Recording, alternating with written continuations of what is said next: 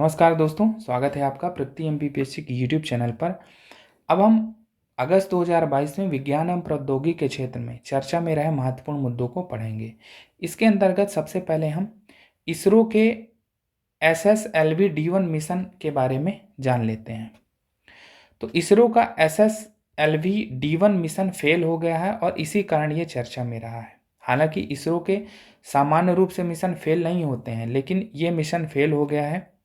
नाम है SSLV D1। अब SSLV का फुल फॉर्म है स्मॉल सैटेलाइट लॉन्च व्हीकल, लघु उपग्रह प्रक्षेपण यान। ठीक है, क्या उद्देश्य है इसका? लघु या छोटे उपग्रहों को पृथ्वी की निचली कक्षा में स्थापित करना या प्रक्षेपित करना। और जैसा कि हमने बात की कि कंटेक्स्ट क्या है कि SSLV D1 की पहली विकासात्मक उड़ान, ठीक है, डेवलपमेंट फ्लाइट, और ये फेल हो गई। SSLV D1 के तहत 2 छोटे उपग्रहों को प्रक्षेपित करने की कोशिश की गई थी, लेकिन इन्हें वांछित कक्षा में नहीं स्थापित किया जा सका। 2 छोटे उपग्रह कौन कौन से थे? EOS-2, ये पृथ्वी अवलोकन उपग्रह है, अर्थ ऑब्जर्वेशनल सैटेलाइट। वहीं आज़ादी सैट जो कि स्टूडेंट सैटेलाइट है, इसको इनकी वृत्ताकार कक्षाओं में स्थापित करने की कोशिश की गई थी, लेकिन वह कोशिश नाकाम रही। तो अगर हमारी एग्जाम में पूछा जाएगा SSLV D1 मिशन के बारे में, तो ये इसरो का मिशन है। SSLV का मतलब है लघु उपग्रह प्रक्षेपण यान। क्या उद्देश्य है कि छोटे उपग्रहों को पृथ्वी की निचली कक्षा में स्थापित करना। हाल ही में चर्चा में क्यों रहा है? क्योंकि इसकी पहली विकासात्मक उड़ान विफल हो गई है। 2 छोटे उपग्रहों को इसके तहत स्थापित करने की बात कही गई है।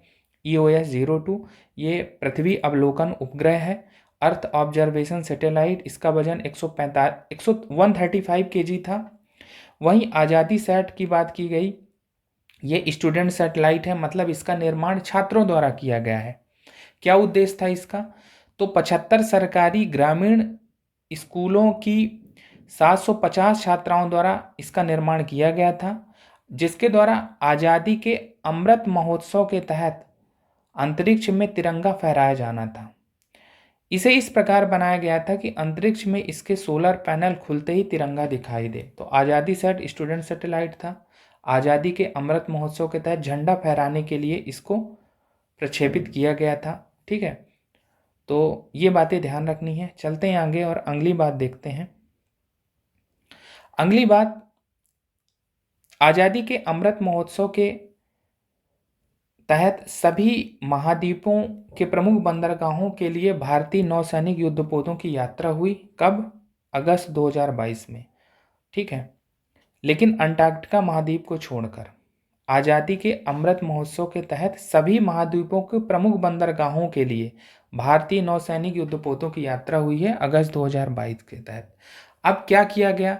यहाँ तिरंगा, अब देखिए, आज़ादी के अमृत महोत्सव का मतलब है आज़ादी के 75 वर्ष पूरे होने की जो खुशी हम, या इसे हम उत्सव के रूप में मना रहे हैं, उसी के अवसर पर सभी महाद्वीपों के प्रमुख बंदरगाहों में हमारे नौसैनिक युद्धपोत गए। वहां पर तिरंगा आरोहण के साथ आज़ादी से जुड़े अन्य कार्यक्रम भी संपन्न किए गए।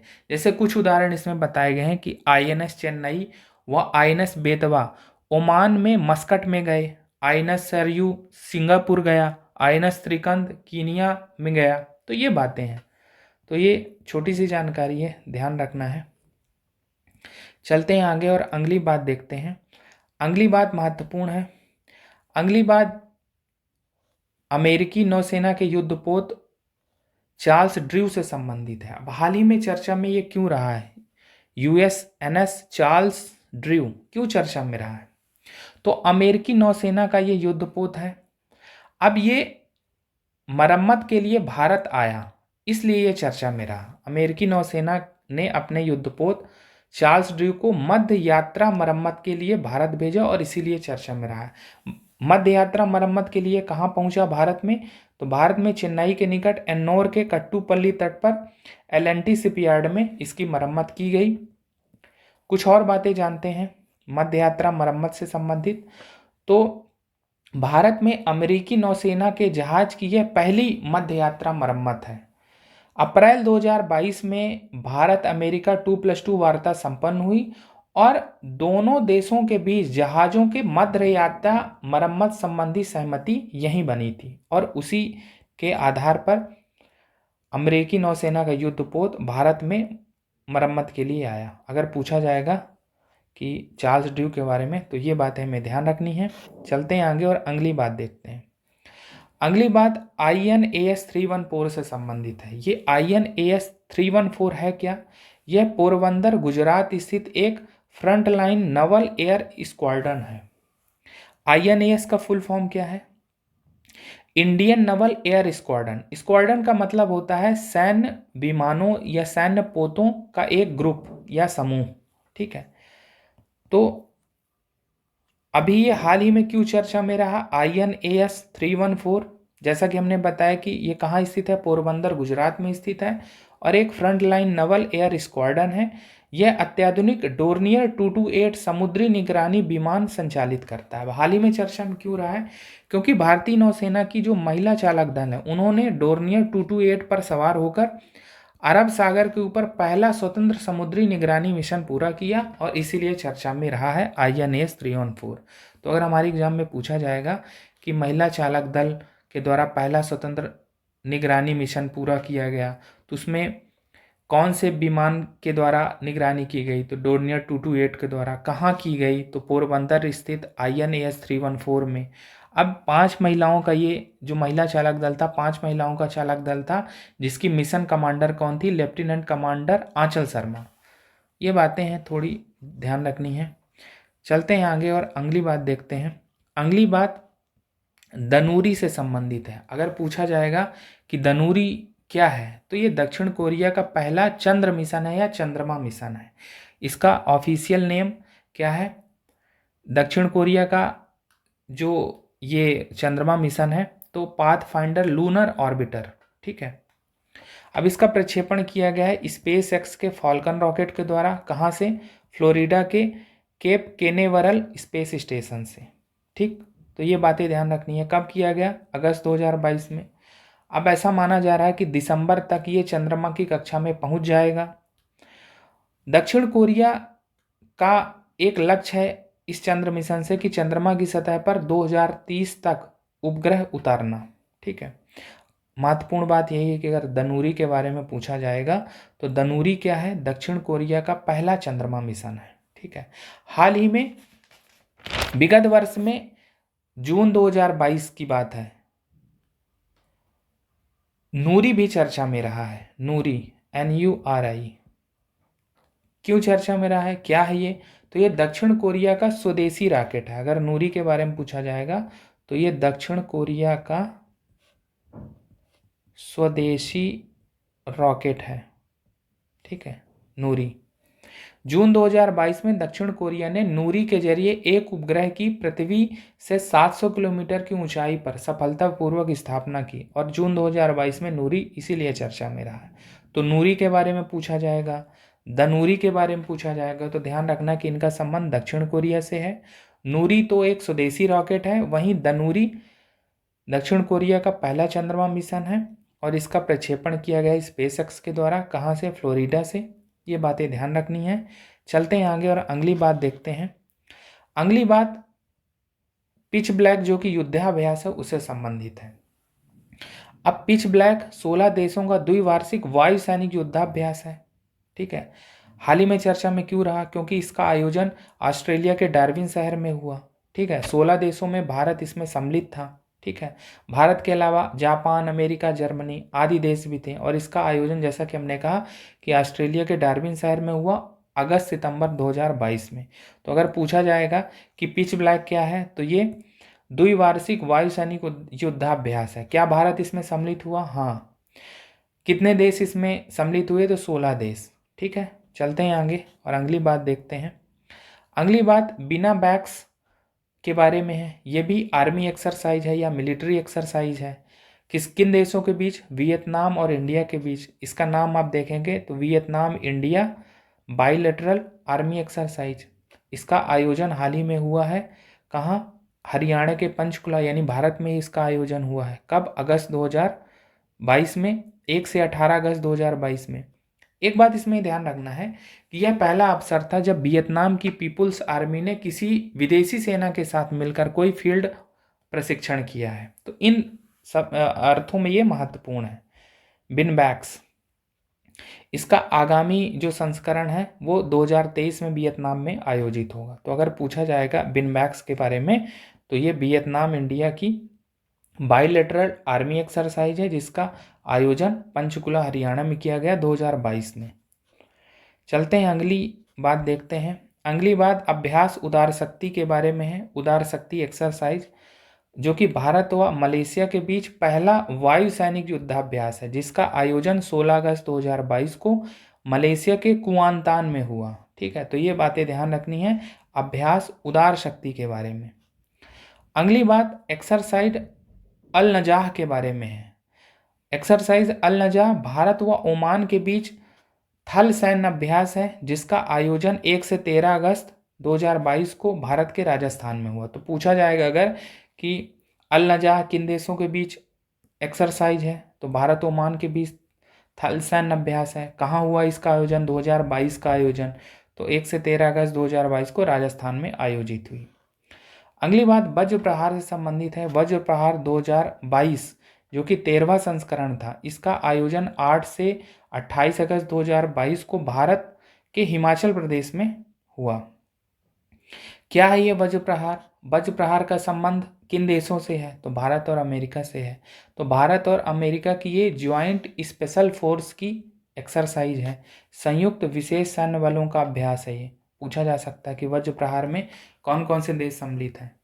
इसका 2022 का जो 13वां संस्करण था उसका आयोजन कहाँ हुआ? ठीक है, चलते हैं आगे और अगली बात देखते हैं।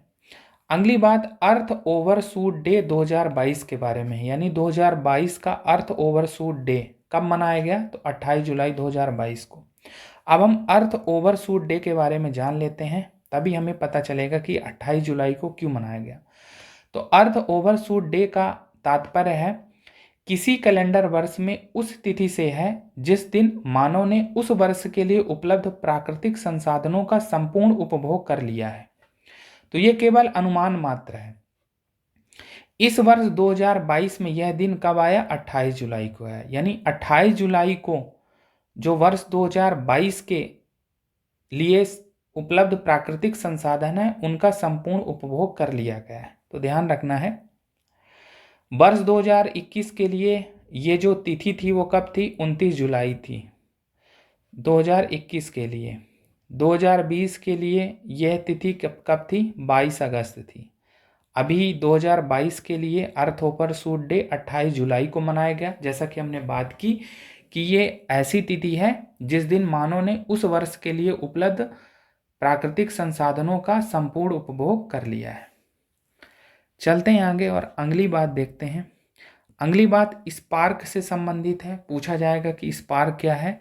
तो ये वर्चुअल स्पेस म्यूजियम है जिसकी स्थापना इसरो द्वारा की गई है, यानी वर्चुअल अंतरिक्ष संग्रहालय। अगस्त 2022 में इसरो द्वारा इसे स्थापित किया गया। क्या उद्देश्य है?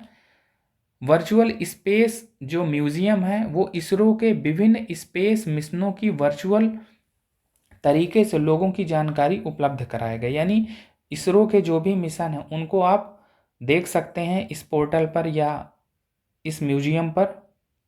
पूरी जानकारी आप पता कर सकते हैं कि इसरो के कौन कौन से मिशन किस उद्देश्य के लिए प्रक्षेपित किए गए, ये सब बातें हैं। एक अंतिम बात है इसमें,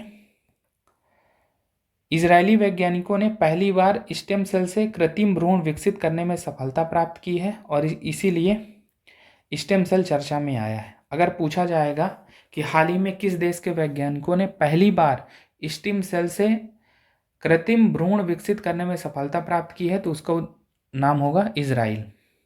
अब स्टेम सेल का क्या मतलब है?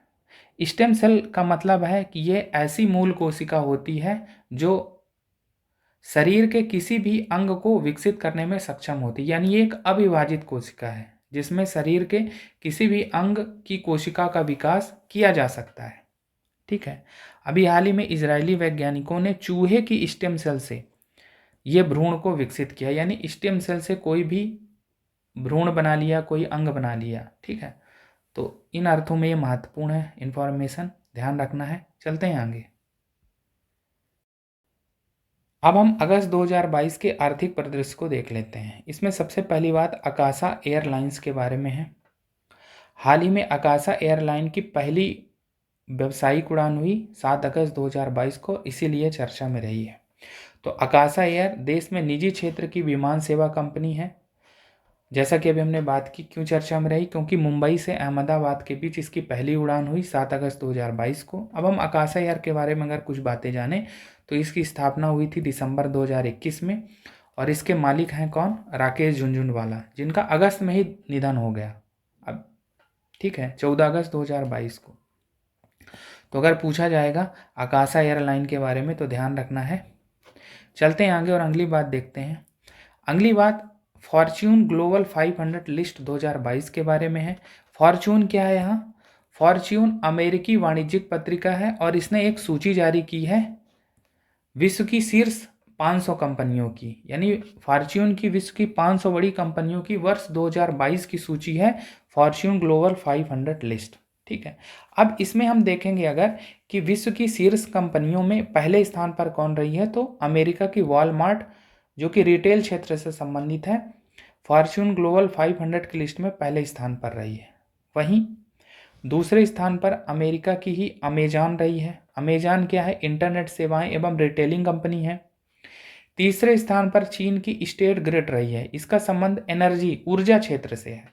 तो ध्यान रखना है कि अगर ये पूछा जाएगा कि फॉर्च्यून ग्लोबल 500 की लिस्ट में पहला स्थान किसका है, तो अमेरिका के वॉलमार्ट का है, दूसरा अमेजन है, तीसरा स्टेट ग्रिड है। कुछ और बातें इस लिस्ट में कही गई हैं, जैसे वर्ष 2022 की जो सूची है इसमें किस देश की सबसे ज़्यादा कंपनियों ने हिस्सेदारी निभाई, तो चीन की इस 500 की लिस्ट में चीन की 145 कंपनियां शामिल हैं। वहीं अमेरिका की 124 कंपनियां हैं इस 500 की लिस्ट में, और जापान की 47 कंपनियां हैं। ठीक है, अगर ये पूछा जाएगा कि फॉर्च्यून ग्लोबल 500 की लिस्ट में किस देश की सबसे ज़्यादा कंपनियां हैं, तो चीन की हैं 145 कंपनियां। भारत की कितनी हैं? भारत की 9 कंपनियों को इसमें शामिल किया गया है। ये जो 9 कंपनियां हैं, 5 निजी क्षेत्र से हैं, 4 निजी क्षेत्र से हैं, वहीं 5 सार्वजनिक क्षेत्र से हैं। और पहला स्थान अर्जित किया है, अगर हम भारत के संदर्भ में बात करें तो LIC ने, और LIC को ओवरऑल 98 रैंक दी गई है। वहीं दूसरे स्थान पर रिलायंस इंडस्ट्रीज लिमिटेड है, जिसको 105 कंपनियों में 104वां स्थान दिया गया है। इंडियन ऑयल है तीसरे नंबर पर, चौथे में ONGC, SBI 5वें पे, छठे में Bharat petroleum, Tata Motors, Tata steel, और 9वें नंबर पर राजेश एक्सपोर्ट्स रही है। तो ये बातें ध्यान रखनी है फॉर्च्यून ग्लोबल 500। अगर पूछा जाएगा कि फॉर्च्यून ग्लोबल 500 लिस्ट में भारत में पहला स्थान किस कंपनी का है, तो LIC का है। ठीक, हम मेंस वैल्यू एडिशन में भी बता सकते हैं कि किस प्रकार हमारी कंपनियां ग्लोबल स्वरूप की हैं। ठीक है, और कैसे प्रतिस्पर्धा कर रही हैं, अभी हमको कहाँ कहाँ सुधार की गुंजाइश है। आप देखेंगे चीन की जहाँ 145 कंपनियां हैं 500 की लिस्ट में, और भारत की केवल 9 कंपनियां हैं, तो अभी यहाँ पर बहुत सारे डेवलपमेंट की आवश्यकता है। ठीक है, अभी हम टॉप 10 तक में नहीं हैं। आप देखेंगे LIC को ओवरऑल 98th रैंक दी गई है। तो ये बातें हैं मेंस वैल्यू एडिशन में, आप इस रिपोर्ट का संदर्भ देकर अपनी बात रख सकते हैं। चलते हैं आगे और अगली बात देखते हैं। अगली बात भारतीय रेलवे की सबसे लंबी मालगाड़ी से संबंधित है, जिसको नाम दिया गया है सुपरवास्की। ठीक है, देश में पहली बार 3.5 किलोमीटर लंबी मालगाड़ी का प्रचालन किया गया। इसे 5 मालगाड़ियों को मिलाकर बनाया गया है, और ये प्रचालन किया गया है 15 अगस्त 2022 को छत्तीसगढ़ में कोरबा से राजनांदगांव के बीच ये मालगाड़ी चलाई गई। ठीक है, तो इंडियन रेलवे की लॉन्गेस्ट फ्रीट ट्रेन है ये सुपरवास्की। अगर पूछा जाएगा कि सुपरवास्की क्या है, तो ये लॉन्गेस्ट फ्रीट ट्रेन है, सबसे लंबी मालगाड़ी है, 5 मालगाड़ियों को मिलाकर इसे बनाया गया है। ठीक है, और इसे नाम दिया गया है सुपरवास्की। क्या लाभ होगा? जैसा कि हमने बात की 5 मालगाड़ियों को मिलाकर बनाया गया, तो रेल अधिकारियों का मानना है कि एक साथ 3 या अधिक मालगाड़ियों को मिलाकर परिचालन करने से रेलवे ट्रैक पर यातायात का दबाव कम होगा। साथ ही स्टाफ की भी बचत होगी तथा कम समय में किसी वस्तु की डिलीवरी पूर्ण हो जाएगी। तो ये बातें कही गई हैं। चलते हैं आगे और अगली बात देखते हैं। अगली बात प्रधानमंत्री आवास योजना शहरी से संबंधित है। हाल ही में चर्चा में क्यों रही है प्रधानमंत्री आवास योजना अर्बन? क्यों चर्चा में रही? क्योंकि इसका विस्तार कर दिया गया है। अब इसकी अवधि बढ़ा दी गई है दिसंबर 2024 तक। पहले इसकी अवधि 2022 तक थी। 2 वर्षों की अवधि बढ़ाई गई है। क्यों बढ़ाई गई इसकी बात करेंगे। पहले हम प्रधानमंत्री आवास योजना शहरी के बारे में कुछ मूलभूत बातें जान लेते हैं। इसकी शुरुआत 2015 में की गई थी। नोडल मंत्रालय कौन सा है? आवास एवं शहरी मामलों का मंत्रालय। ठीक। क्या उद्देश्य था? इसका उद्देश्य था शहरी क्षेत्रों में सभी पात्र व्यक्तियों को 12 मासी पक्के मकान उपलब्ध कराना और लक्ष्य रखा गया था कि इस योजना को 31 मार्च 2022 तक पूर्ण कर लिया जाएगा। ठीक है। इस योजना के तहत अभी जो डाटा आया है तो इस योजना के तहत कुल स्वीकृत आवास कितने थे? 122.69 लाख। कितने बन चुके हैं? 62 लाख कंप्लीट हो चुके हैं। अभी जो शेष बचे हैं इन्हीं को पूरा करने के लिए इसकी अवधि 2 वर्ष की बढ़ाई गई। तो हमें पता चल गया कि क्यों इसे 31 मार्च 2022 तक की अवधि को बढ़ा के 2024 किया गया, क्योंकि जो स्वीकृत आवास हैं अभी वो पूरे नहीं बनाए जा सके हैं। एक बात और हमने यहाँ पर की थी कि जो पात्र हितग्राही हैं उनको 12 मासी पक्के मकान उपलब्ध कराए जाएंगे। तो यहाँ पर लाभार्थी कौन होंगे? 3 लाख रुपए से कम वार्षिक आय वाले व्यक्ति जिसके पास अपना कोई आवास ना हो। ठीक है। तो इसके अंतर्गत प्रधानमंत्री आवास योजना शहरी के अंतर्गत 2.5 लाख रुपए की सहायता दी जाती है 3 किस्तों में। 50,000 की 2 किस्तें हैं और 1.5 लाख की 1 किस्त है। पहले 50,000 रुपये दिया जाएगा, फिर 1.5 लाख, फिर 50,000 रुपये। ठीक है। इसमें केंद्र और राज्य का सहयोग कितना है? तो केंद्र सरकार इसमें 1.5 लाख रुपए देती है, सहयोग करती है, और राज्य सरकार बचा 1 लाख रुपए सहयोग करती है। अब अगर हम इसकी कुछ तुलना करें प्रधानमंत्री आवास योजना ग्रामीण से। ठीक है। प्रधानमंत्री आवास योजना ग्रामीण से अगर हम इसकी तुलना करें, ठीक है, तो इसे भी 2024 तक के लिए बढ़ा दिया गया है। कब बढ़ाया गया? दिसंबर 2021 में। ठीक है। इसका नोडल मंत्रालय क्या है? इसका नोडल मंत्रालय है ग्रामीण विकास मंत्रालय। जबकि हमने देखा था कि जो शहरी है इसका नोडल मंत्रालय क्या है? आवास एवं शहरी मामलों का मंत्रालय। चूंकि शहरी है इसलिए शहरी मंत्रालय इसमें नोडल मंत्रालय है। ये ग्रामीण क्षेत्रों से संबंधित है इसलिए नोडल मंत्रालय इसका ग्रामीण विकास मंत्रालय। और यहाँ पर राशि कितनी दी जाती है? 1.20 लाख। और यहाँ पर कितनी दी जाती है? 2.5 लाख रुपए। तो ये बातें ध्यान रखनी है। तो आज की क्लास में हमने विज्ञान एवं प्रौद्योगिकी तथा आर्थिक परिदृश्य में जो भी मुद्दे महत्वपूर्ण रहे उनको पढ़ने की कोशिश की। तो आज की क्लास फिलहाल इतना ही। धन्यवाद।